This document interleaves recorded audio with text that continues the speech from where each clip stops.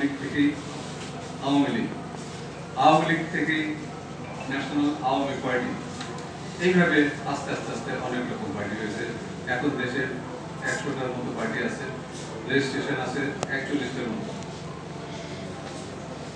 মুসলিম লীগ, আমি শুনেছি মশিন ভাই মুসলিম লীগে জয়েন করতে যাচ্ছেন। That will be a great occasion.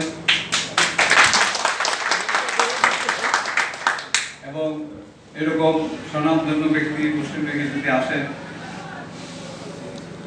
মুসলিম লীগ একটা চেতনার নাম, মুসলিম লীগ একটা আদর্শের নাম। সে আদর্শ আরো শক্তিশালী ভাবে সামনের দিকে তুলে ধরা হবে, এই কামনা করে আপনাদের সবাইকে শুভেচ্ছা জানিয়ে আমার বক্তব্য শেষ করছি।